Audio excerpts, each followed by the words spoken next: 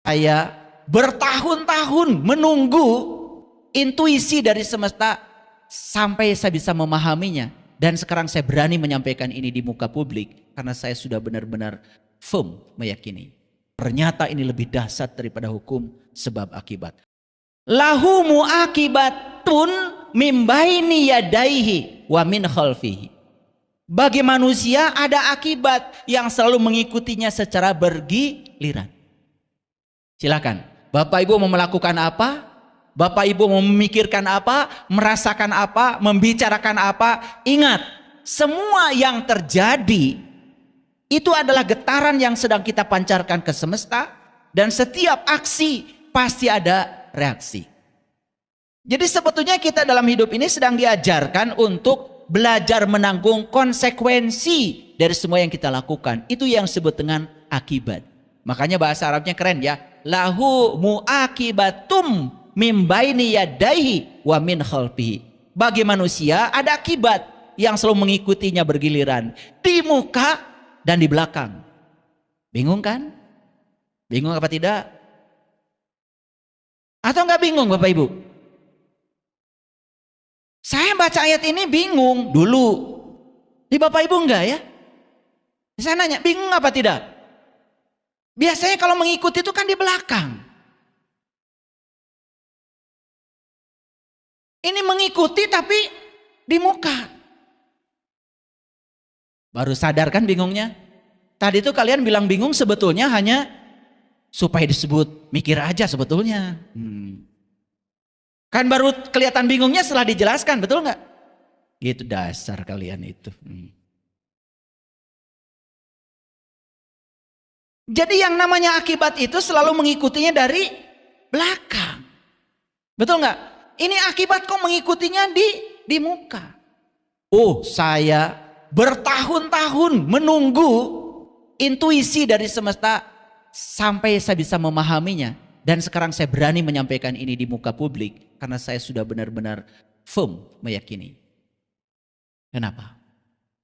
Ternyata di alam ini ada dua hukum. Yang pertama hukum sebab akibat. Itu yang biasa, normal. Kebanyakan orang begitu. Ternyata orang-orang kreatif tidak menggunakan hukum itu. Menggunakan hukum akibat sebab.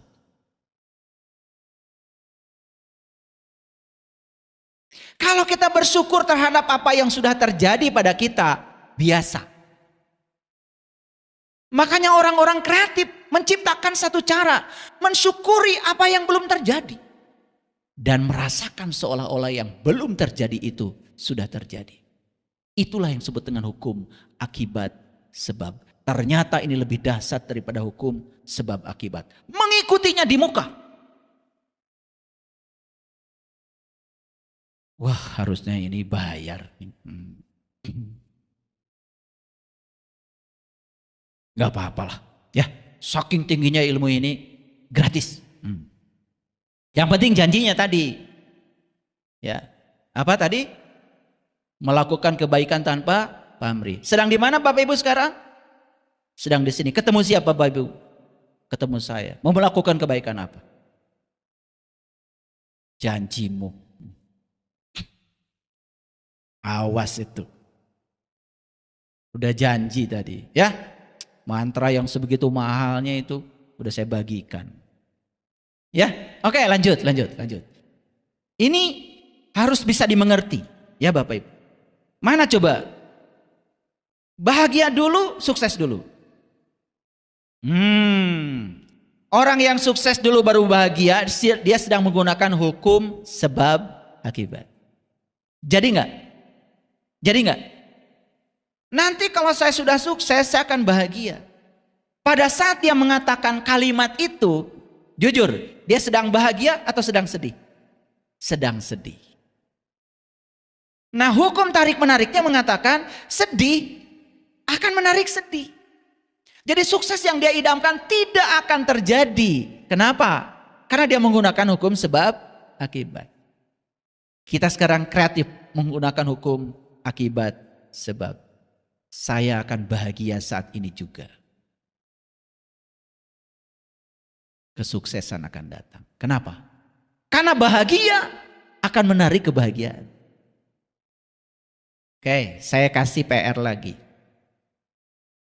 Bahagia dulu atau teman datang dulu?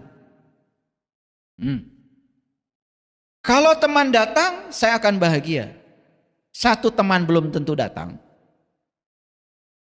Betul? Yang kedua bahagianya ditunda. Betul? Dan kalau teman tidak datang, kan tidak bahagia. Sekalipun teman datang, karena berdasarkan itu, saya yakin itu teman datang tidak akan bawa kebahagiaan. Pinjam duit, cerita kesusahan. Kenapa? Karena hukum tarik-menarik sedang bekerja. Perhatikan saya. Kalau teman datang, saya akan bahagia. Saat dia berkata itu, sudah bahagia? Belum. Makanya sekalipun teman datang, tidak akan membawa kebahagiaan. Percaya sama saya. Pernah nggak Bapak Ibu kedatangan teman malah curhat yang susah-susah? Pernah nggak? Pernah apa sering? Kalian yang menariknya. Tapi kita sering tidak bertanggung jawab. Padahal ayatnya jelas. Lahu mu'akibatum mim baini yadaihi wa min khalfihi yahfadunahu. Ya. Nah, ternyata itu semua min amrillah. Itu hadir karena perintah Allah. Jadi alam semesta ini sebetulnya menganut dua hukum. Sebab akibat dan akibat sebab. Bapak Ibu menggunakan yang mana? Dua-duanya berjalan. Karena itu min amrillah ternyata. Itu perintahnya Allah. Jadi alam semesta ini sudah dibuat sedemikian jujur. Dengan hukum yang sangat hebat itu. Sekarang tinggal bagaimana kita menggunakan kedua hukum itu. Kalau anak saya lulus dan wisuda, saya akan bahagia. Bakal terjadi? Belum tentu terjadi. Betul? Tapi kalau saya bahagia saat ini juga, anak saya wisuda atau tidak wisuda, kemungkinan wisuda datang. Wah, ini lebih dahsyat lagi ini yang kedua ini, pelajaran. Betul? Dan ini kalau dipraktekkan Bapak Ibu semuanya berkelimpahan hidupmu. Jadi nggak usah nunggu suami baik untuk bahagia. Ya? Paham? Semua orang yang menunggu bahagia dia hanya akan menjadi seorang penunggu. Tapi yang memutuskan dia bahagia saat ini, suaminya pasti akan baik. Jadi selama ini betapa salah kaprah kita selama ini. Betul? Doa sama Allah. Apa yang diminta? Ya Allah, baikkanlah suami saya. Saat dia meminta kepada Allah, posisi dia sedang tidak baik-baik saja. Tapi kalau dia sama Allah, ya Allah, saya akui pasangan hidup saya adalah pilihanmu yang terbaik buat saya. Saya berhenti menilai baik dan buruk, benar dan salah. Karena saya percaya dengan kebijaksanaanmu. Yang dikirim olehmu ke semesta ini adalah orang terbaik untuk mendampingi hidup saya. Saya bahagia dengan pasangan saya. Apapun itu. Gitu gak Bapak Ibu? Gak usah tepuk tangan, tapi gitu gak? Gitu apa tidak? Pantesan gak baik-baik. Betul gak? Nah, ini kelihatan yang saya bicarakan ini cetek gitu. Tetapi ini inti-inti kehidupan loh. Ini inti-inti kehidupan yang selama ini tidak disadari. Kenapa? Suami ingin baik malah baca surat itu, surat ini. Betul gak? Udah baca berulang-ulang, tambah gak baik. Kenapa? Karena kita salah. Dikiranya apa yang kita baca dengan kata-kata itu dipahami oleh semesta. Semesta tidak mengerti itu. Semesta mengertinya bahasa frekuensi, vibrasi dan getaran. Di sini nggak ada getaran. Oke, lanjut ya. Nah, sampai di situ aja sebenarnya sudah berat ini kajian. Ya. Kemudian Allah mengatakan, Innallaha la yaghfiru ma biqaumin Innallaha la yughayyiru ma biqaumin hatta yughayyiru ma bi anfusihim. Ini ayat sering Bapak Ibu dengar. Cuman dipotong, yang depannya jarang dijelaskan. Kenapa? Menjelaskan yang depan itu memang berat. Perlu penyelaman yang dalam. Saya juga menunggu puluhan tahun untuk bisa menjelaskan ayat ini yang bagian depannya. Sampai saya bisa memahami ada dua hukum tadi. Sebab akibat dan akibat sebab. Dan saya sudah menggunakan keduanya. Ternyata menggunakan hukum akibat sebab jauh lebih dasar. Mensyukuri apa yang belum terjadi. Saya misalnya dalam kondisi sakit. Saya syukuri seolah-olah saya sudah sehat. Saya tidak memfokuskan pikiran saya pada sakit. Ternyata lebih cepat sehat daripada saya berfokus pada rasa sakit. Ajaib gak? Wah, ini yang namanya mengikutinya di muka. Wih, luar biasa. Ya, gitu. Innallaha la yughayyiru ma biqaumin hatta yughayyiru ma bi anfusihim. Ini ayat sudah dipahami semua orang. Sesungguhnya Allah tidak akan merubah keadaan suatu kaum sehingga mereka merubah keadaan yang ada pada diri mereka sendiri. Pertanyaannya yang paling krusial adalah bagaimana cara mengubah nasib. Kan itu masalahnya. Kan kita ingin mengubah realitas yang di luar. Ingat sekali lagi, realitas yang di luar adalah cerminan dari realitas yang di dalam. Clear? Clear? Oke. Kalau itu pencerminan, berarti yang di luar adalah bayangan dari yang di dalam. Paham? Oke. Bapak Ibu bercermin. Habis kerja di dapur, wajah berantakan. Bercermin. Ya bayangannya pasti begitu. Tidak mungkin gak berantakan. Setelah mandi, kemudian segala dipakai. Betul? Kosi merah-merah, wah macam-macam lah. Itu.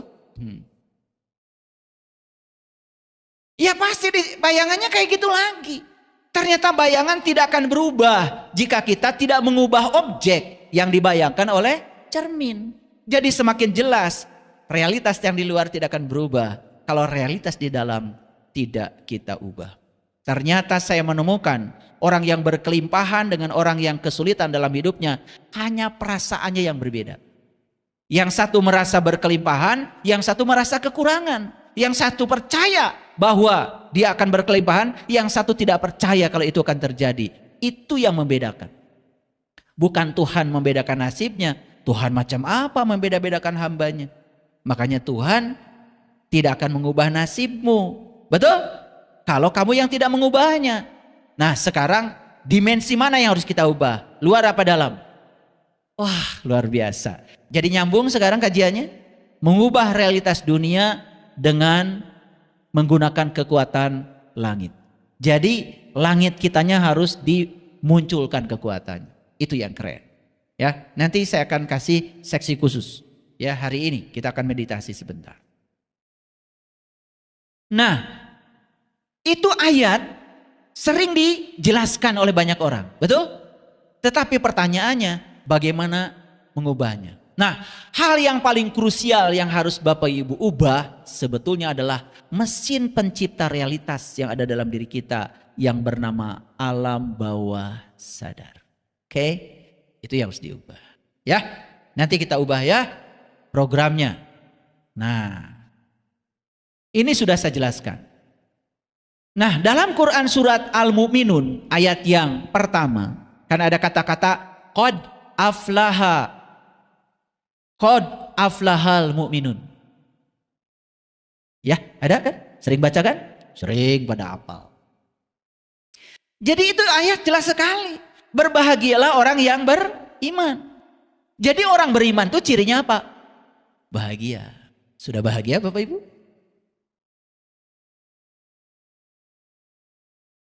Oh berarti sudah beriman. Kalau ngaji itu nggak usah cari-cari alasan ya. Ya, ulangi. Berbahagialah orang yang beriman. Jadi orang beriman tuh cirinya apa? Sudah berbahagia. Coba saya tanya, siapa yang ingin bahagia? Acungkan tangan. Ternyata belum bahagia. Jadi bohong mengaku orang beriman.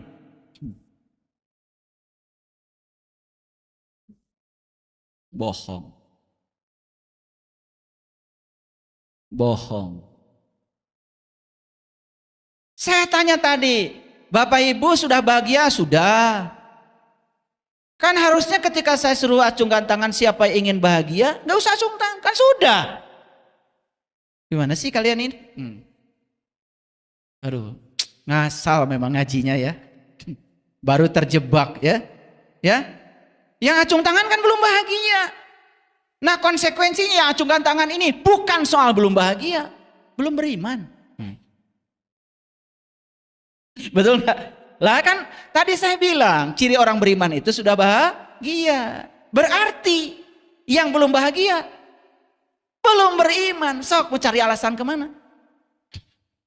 Nanti saya bahas ini 4 SKS supaya ngerti. Jadi kalau kita belum bahagia dalam hidup udah jelas belum beriman. Iya gitu aja kok. Mau cari alasan apa lagi? Ini Quran kok, ayatnya jelas. Nah, jadi bahagia itu selama ini jadi akibat. Betul? Betul? Kita menciptakan sebab-sebab, semoga akibatnya jadi bahagia. Nah sekarang kita ubah dengan ayat ini. Bahagia itu jadi sebab. Jadi sebab. Dan kalau Bapak Ibu praktekkan, ini hasilnya luar biasa. Oke? Baik. Nah, saya lanjutkan. Ini ada pesan dari Quran surat Asy-Syura. Surat Asy-Syura surat ke-42 ayat 30. Pesannya begini. Wa ma asobakum mim musibatin fabima kasabat aidikum wa ya'fu an kasirin.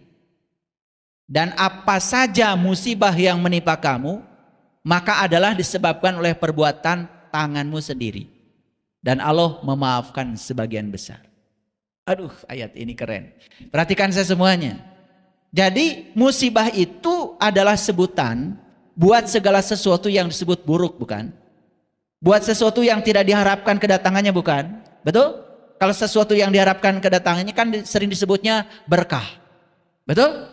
Nah, jadi musibah itu istilah yang kita pakai untuk menyebut sesuatu yang kita tidak suka. Nah, ternyata menurut Allah, apapun yang disebut buruk dan tidak disukai kehadirannya olehmu, kata Allah, itu disebabkan perbuatan tanganmu sendiri.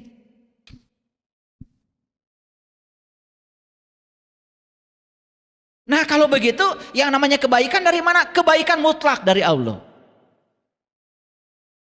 Jadi kalau begitu, kalau kita sejalan hidupnya dengan Allah, artinya dari ayat ini, gak ada musibah.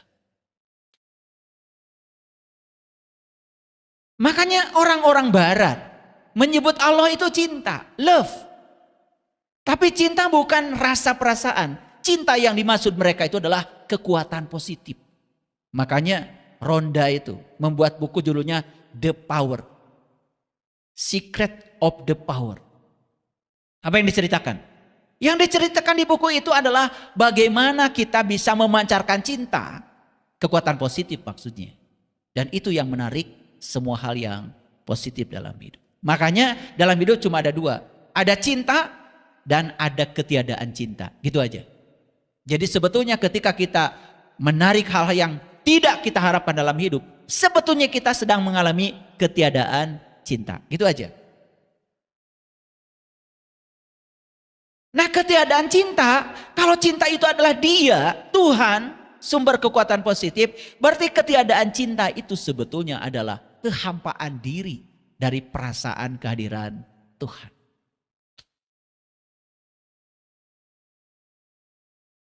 Wah, kalau dibahas lebih dalam lagi. Makanya ada rumus di fisika ini rumus ya. Ini rumus adanya kalau belajar fisika modern. Fisika kuantum itu ketemu rumus ini. Jadi E yang besar itu lambang dari energi. Sedangkan H itu konstanta Planck. Menghormati seorang fisikawan pemenang hadiah Nobel namanya Max Planck. Dia orang Jerman. Dia adalah sahabatnya Einstein yang pertama kali membuktikan teori radiasi benda hitam. Disitulah munculnya awal sebutan fisika kuantum. Kuantum itu dari kuanta. Kuanta itu artinya paket sebetulnya. Makanya cahaya yang mengalir di sini ke muka saya dulu dianggap sebagai perambatan energi yang kontinu. Setelah ketemu fisika kuantum ternyata ini adalah paket-paket energi. Satu paket energi itu harganya adalah E sama dengan H dikalikan dengan F. H itu konstanta Planck, nilainya 6,62 kali 10 pangkat min 34 joule detik. Satuan energi itu joule, ya. Sedangkan F itu adalah frekuensi. Lihat saya semuanya, banyak yang nggak ngerti. Frekuensi apa? Frekuensi itu banyaknya kejadian per satuan waktu. Ingat tuh, frekuensi. Frekuensi mobil. Banyaknya mobil yang lewat di satu titik per satuan waktu, itu namanya frekuensi. Jadi kalau ngitung frekuensi harus di waktu yang sama. Oh, frekuensi mobil sekarang meningkat. Itu artinya dalam 1 menit jumlah mobil yang lewat itu lebih banyak. Hitungannya harus di satuan waktu yang sama. Nah, kalau bicara frekuensi berarti berbicara peristiwa. Ini peristiwa yang sedang dibicarakan. Ternyata semua orang sekarang bersepakat bahwa ya, alam semesta ini semuanya isinya adalah energi. Yang namanya energi. Nah, di dalamnya ada gelombang. Nah, jumlah gelombang yang melewati satu titik per satuan waktu itu yang disebut dengan frekuensi. Berarti kalau jumlah gelombangnya yang lewat makin banyak, berarti frekuensinya makin besar.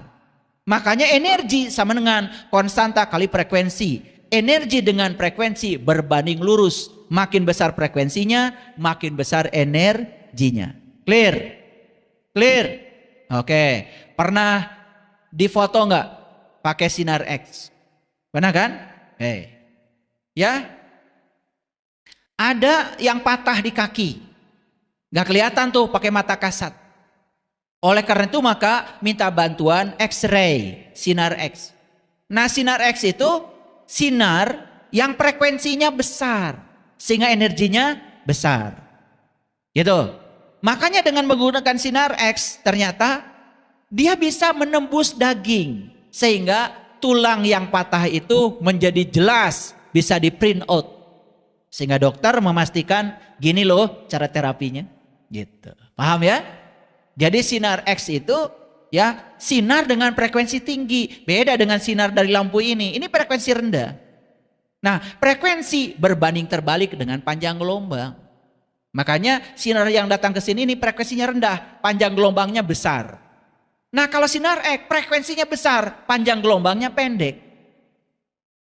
Nah, orang-orang fisika sekarang tahu bahwa ya yang disebut dengan alam semesta ini ternyata terbuat dari energi. Energi yang memadat kemudian membangun yang disebut dengan materi. Ternyata yang disebut dengan materi pun ketika dibelah-belah kan ujungnya atom. Ternyata atom pun di dalamnya sebetulnya adalah ruang kosong. Hanya pusaran-pusaran energi. Energi lagi jadinya. Makanya materi kata Einstein setara dengan energi. E sama dengan massa dikalikan kecepatan cahaya dikuadratkan. Itu dalam fisika klasik seperti itu. Tapi saya bicara dalam konteks fisika modern. Oke, perhatikan saya sekarang. Nah, semua orang sepakat bahwa ya, pikiran itu energi. Perasaan juga energi. Betul? Kalau kita hanya menggunakan pikiran dan perasaan menciptakan realitas, berarti tidak total dong. Nah, sedangkan tubuh kita tersusun dari 100 triliun sel. Nah, di dalam tubuh kita itu berarti ada atom. Berarti ada energi? Ada energi. Karena massa setara dengan energi. Jadi kalau kita bisa menggunakan totalitas, keseluruhan kekuatan yang ada dalam diri kita, bukan hanya pikiran, bukan hanya perasaan, tetapi tubuh dengan jumlah selnya yang sekian banyak sebagai sumber energi, Berarti tubuh ini bisa memancarkan frekuensi tinggi ke semesta. Dan itu yang didengar oleh semesta. Dan itu akan membangun realitas di frekuensi tinggi. Jadi kalau begitu, bisakah kita menciptakan realitas seperti yang kita mau? Bisa. Tapi tidak cukup hanya dengan pikiran dan perasaan. Kita harus menciptakan keamanan, kenyamanan di tubuh kita. Sehingga seluruh sel dalam tubuh kita selaras. Nah, makanya ada kata-kata, kalau ingin berdoa, maka selaraskan tubuhmu, pikiranmu, jiwamu, dan kesadaran. Bapak Ibu, kalau Bapak Ibu menyempatkan waktu 7 menit saja sehari. 7 menit ya. Pertama, gunakan pikiran untuk imajinasi. Perhatikan saya. Imajinasi. Imajinasi itu adalah mencipta segala sesuatu yang kita ingin dalam hidup ini. Tetapi imajinasi tidak boleh berlawanan dengan hukum cinta. Tidak boleh mengimajinasikan yang negatif. Misalkan mengimajinasikan kebangkrutan orang lain karena dendam. Nggak boleh. Itu sudah melawan hukum tarik-menarik, hukum cinta. Dan itu yang terjadi. Ya. Itu yang akan terjadi. Jadi bukan orang yang kita bayangkan hancur, bukan. Itu akan memantul dulu gemaknya pada dirimu sendiri. Itu yang dikatakan di ayat tadi. Segala yang buruk berasal dari tanganmu sendiri. Jadi semua yang buruk itu bukan dari orang. Dari tanganmu sendiri. Bukan dari Allah. Dari tanganmu sendiri. Karena dari Allah itu dasarnya semua yang baik-baik saja. Jadi kalau kita hidup sejalan dengan Allah, maka disebut Bani Israel. Bani itu orang, Isra itu berjalan, El itu Tuhan. Kalau kita menjadi Bani Israel, hidup sejalan dengan Tuhan, maka kata Tuhan, ya Bani Israel, uzkuru nikmati Allah alaikum wa anni faddaltukum alal alamin. Maka kamu akan mendapatkan banyak keutamaan dariku. Bani Israel ya siapa saja, orang yang berjalan menuju Tuhan. Tidak ada kaitannya dengan satu bangsa. Itu cuma minjem aja nama dari Al-Quran. Awas, harus cerdas. Paham sampai sini? Ya, siapkan waktu 7 menit. Setiap hari. Gimana caranya? Perhatikan saya. Nanti kita praktekkan ya. Caranya apa? Pertama adalah imajinasi. Yang kedua, semua yang diimajinasikan itu dirasakan seolah-olah itu sudah terjadi. Oke? Jadi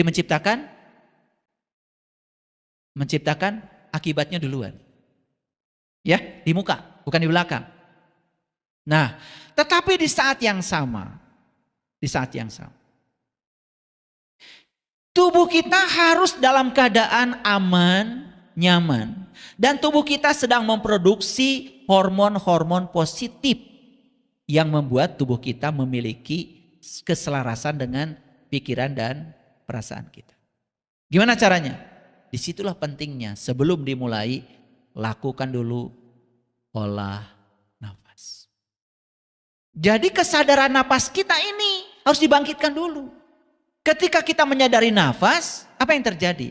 Kita terhubung ke bagian dalam dari diri kita yang namanya pikiran bawah sadar. Di situ kita sedang menanam benih realitas baru yang sedang diciptakan pikiran dan perasaan secara berulang-ulang dan itu akan dipancarkan ke seluruh semesta. Itu rahasianya.